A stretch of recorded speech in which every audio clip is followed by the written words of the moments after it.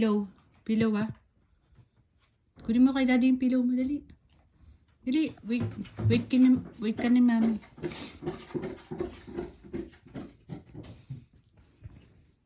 Sana. Wow, very good naman yan. Very good. Ayan na, magpe-play na si Rakchang. Kinuha niya na yung pillow niya. Bago mag-sleep, magpe-play. Magpapasaway muna. Ito mo. Paano na tayo matutulog?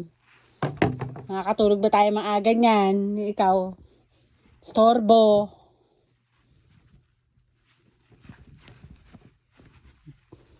Jama na, Rakchang. Jama. Ayos. Ay.